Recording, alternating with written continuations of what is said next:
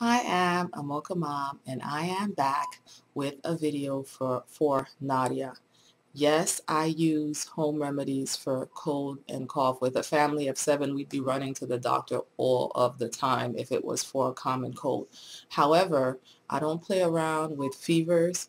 My daughter, Mocha baby, had a febrile seizure, which is a fever that's caused when your body can't cope with the sharp and quick change in body temperature.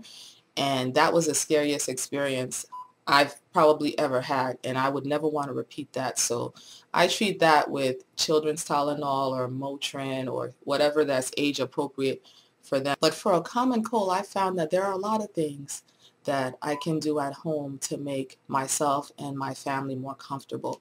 One of my favorite things to use is Bragg's apple cider vinegar. I get the organic kind with the mother in it.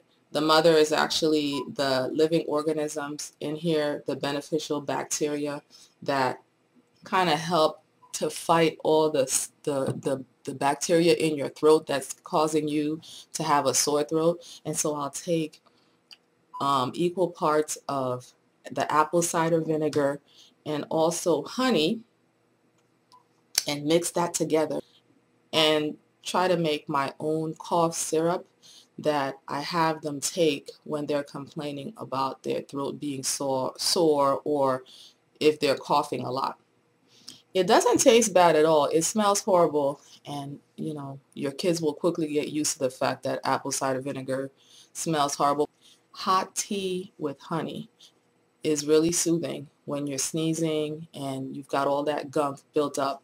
I noticed that myself. I was suffering from allergies, not a cold, but I had the same kind of symptoms. We were at a restaurant and I ordered tea because I noticed that the ice water would make me feel worse, and my symptoms immediately improved just from the steam from the tea.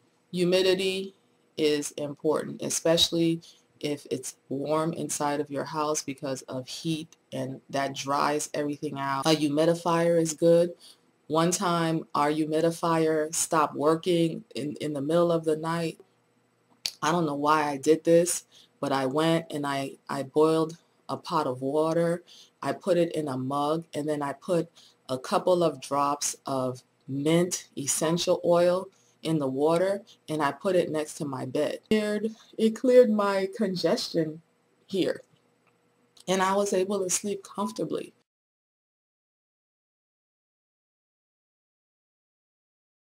I also tend to take 2 fingers and massage the what is it, the sinuses, nasal passages, this area right here, when my nose is stuffy or when the kid's nose is stuffy, or I'll do this, and it just helps that stuff to drain and make you feel a little bit more comfortable.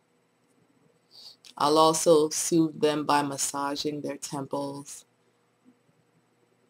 you know, and massaging their neck area.